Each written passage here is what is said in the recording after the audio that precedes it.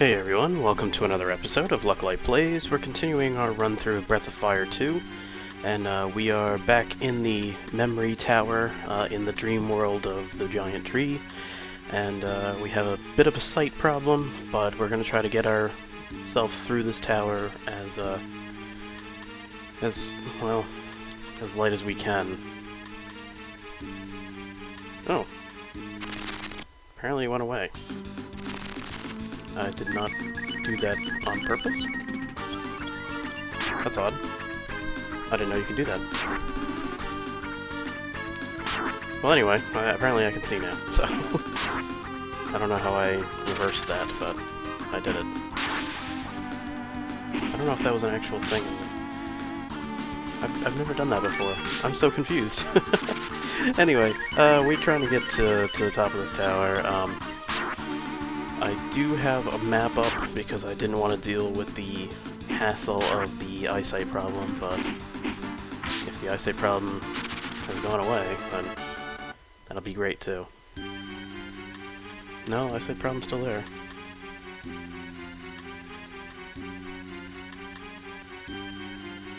No, it's... maybe that was just a glitch. Very odd. And I'm kind of stuck here. I can't get there. There we go. Everybody saw that, right? Like, it went away for a little bit? I'm so confused. That's never happened to me. Anyway, enough of that. We'll, head up to the top of the tower here and see if we can restore the Great Tree's memory and find out just what we need to do to stop the rotting of the forest, because that's the thing that we've seen happen right around the town of Gates, our hometown, our old hometown. And Great Tree is supposed to be able to help us figure out a way to stop it, but who knows. Chances are it's just going to tell us, go here, go to the next place, and continue your quest. Chances are that's what's going to happen. That tends to be what happens. Go to the place you haven't been before and do the things you haven't done yet. Alright, he's going to warp us to the entrance, which we saw before. Alright, so I do not know where this goober leads us to, but I think there's another entrance right there. I don't even know if that old man leads us anywhere, actually.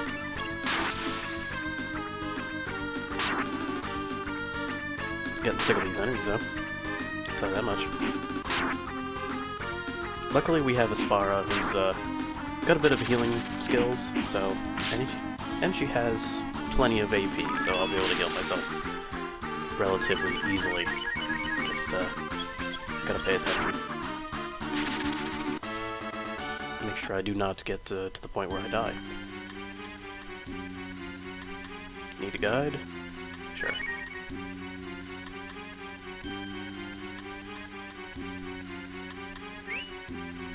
Alright, I'm not sure if this led me to a new place.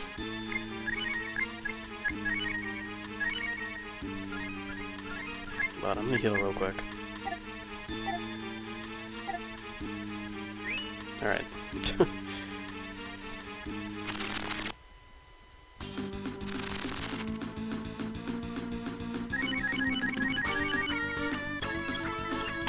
So I'm looking at this map, and everything looks the same, which is kind of a bother.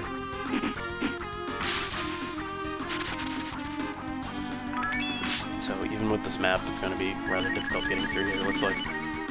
We're going to do our best, though. Because it has 3 floors that look exactly alike, so... we'll be able to get our bearings once I go up here. Okay. Maybe not so much. No. No, I don't know. Oh, no, I know. I know where I am. Let's grab chests.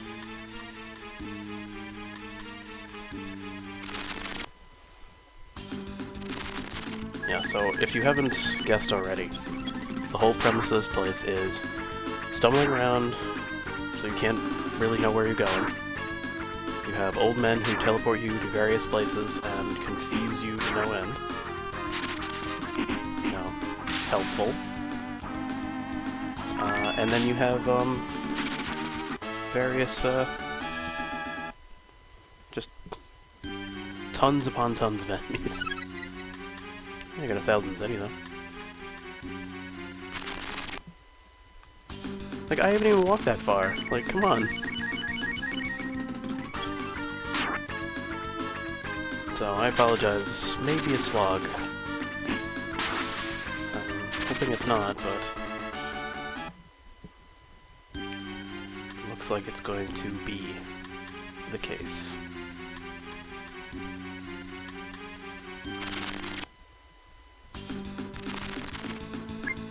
No, of course not.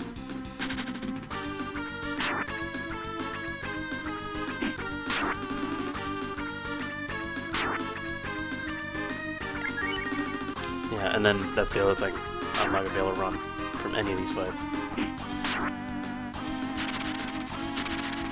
The enemies can run. They can run wherever the heck they want. I try to run and... oh no. So, I'm gonna have to fight through everything. I'm sorry. A long, painful journey here. Alright.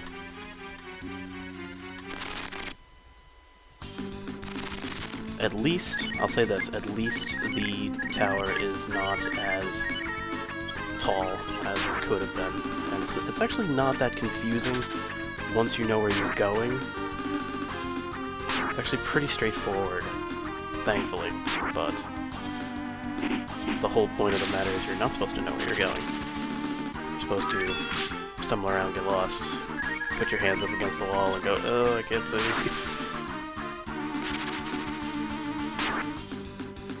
I don't understand these enemies. They don't give you a lot of experience, and they run.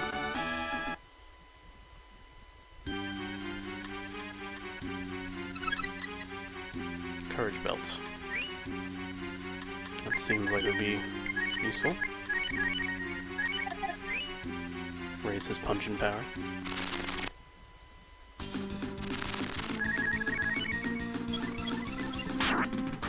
Yeah, so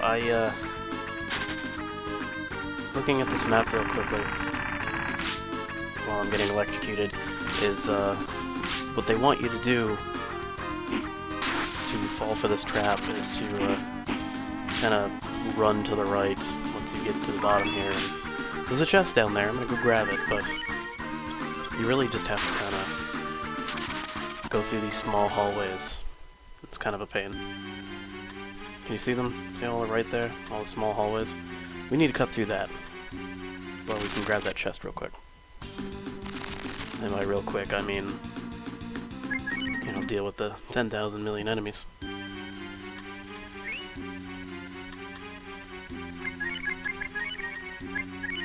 And the little monster man at the top there, he's dancing up a storm. Wish he would stop, but he won't. Alloy band. I think that is armor.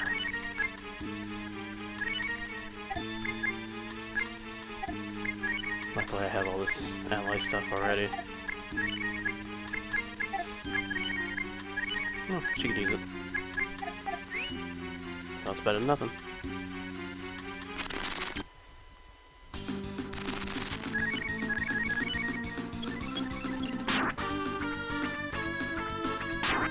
I mean, we're doing alright. This is just gonna be time painful. Pain in the ass when it comes to time here. That's what I'm trying to say.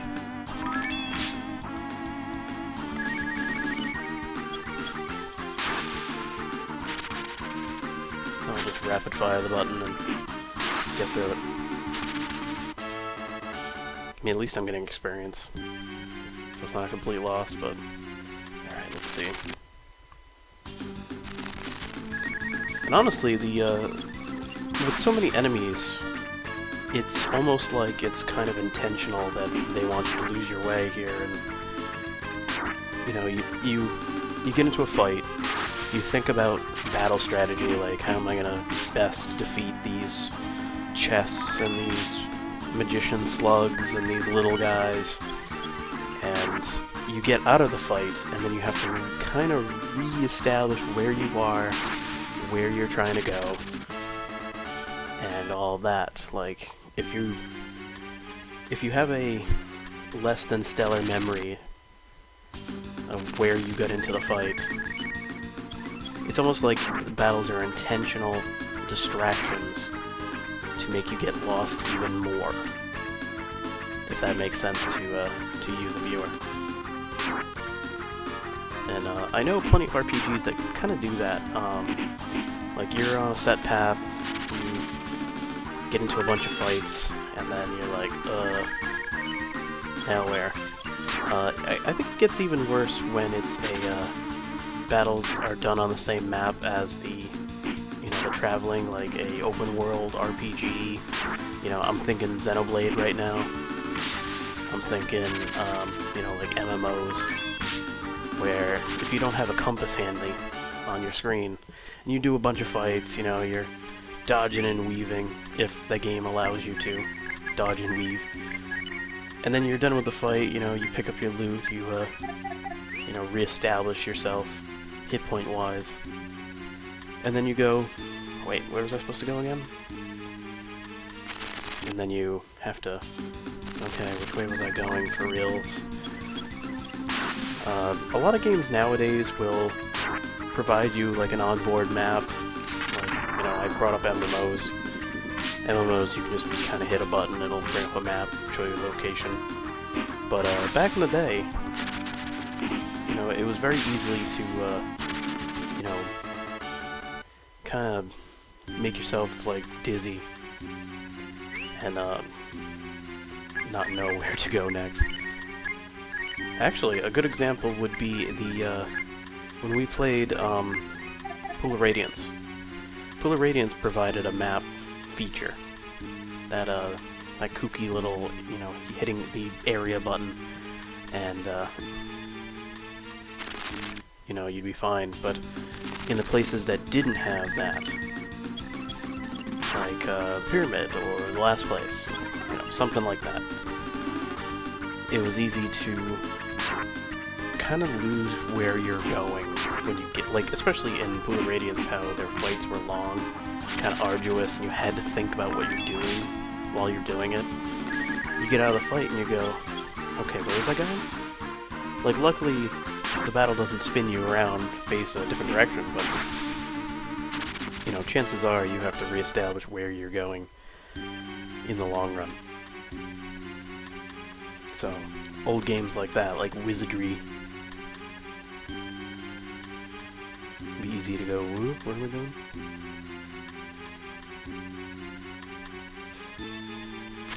Alright, so these fools don't remember anything.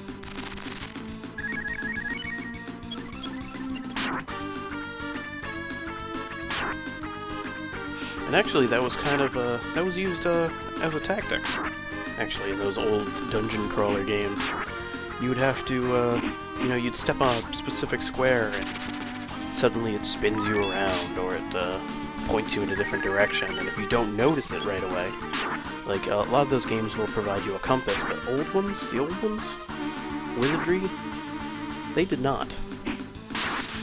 Suddenly you just kind of realize, like, I'm not going the way I'm supposed to be going here. Actually, Persona 4 did it in one dungeon. They've kind of brought that back.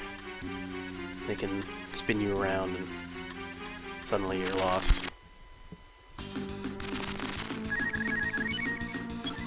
I remember that. Another game comes to mind is Super Nintendo. There's a game called Eye of the Beholder, which is another D&D based dungeon crawler game, kind of like Pool of Radiance, except fights were all done, like, first person. You could actually use a mouse, the SNES mouse for that. Maybe I'll dig that out and play it. But you'd step on one thing, and then the little message box will say, like, you feel dizzy, and then you realize, like, I'm facing the wrong way. So you have to kind of turn around and then reestablish where the hell, you know, what direction you're supposed to be going. So, long story short, I think that battles, much like that spinning motion that dungeon crawlers love to do to you, are kind of designed to distract you and make you forget where you're going in these kind of puzzle-like dungeons. I mean, granted, it could work in classic dungeons too, but mostly in these puzzle dungeons, you're probably like, what? Alright, so I am exhausting my magic power because I know I'm near the end. And anyway, we're kind of out of time here. So, I'm going to run up there. I'm going to fight this fight. I'm going to run up there. Actually, I'm going to run away from this fight because screw that guy. Doesn't even give me a lot. And the boss is actually up here. So, on the next episode, we will walk through this hole that's right in front of us, but you can't see. And we will fight the boss and get the hell out of here because I'm annoyed. I don't know about you, but I hate this place. Anyway, I hope you join me for the next one. My name is Lucklight, thank you for watching, and have a good one.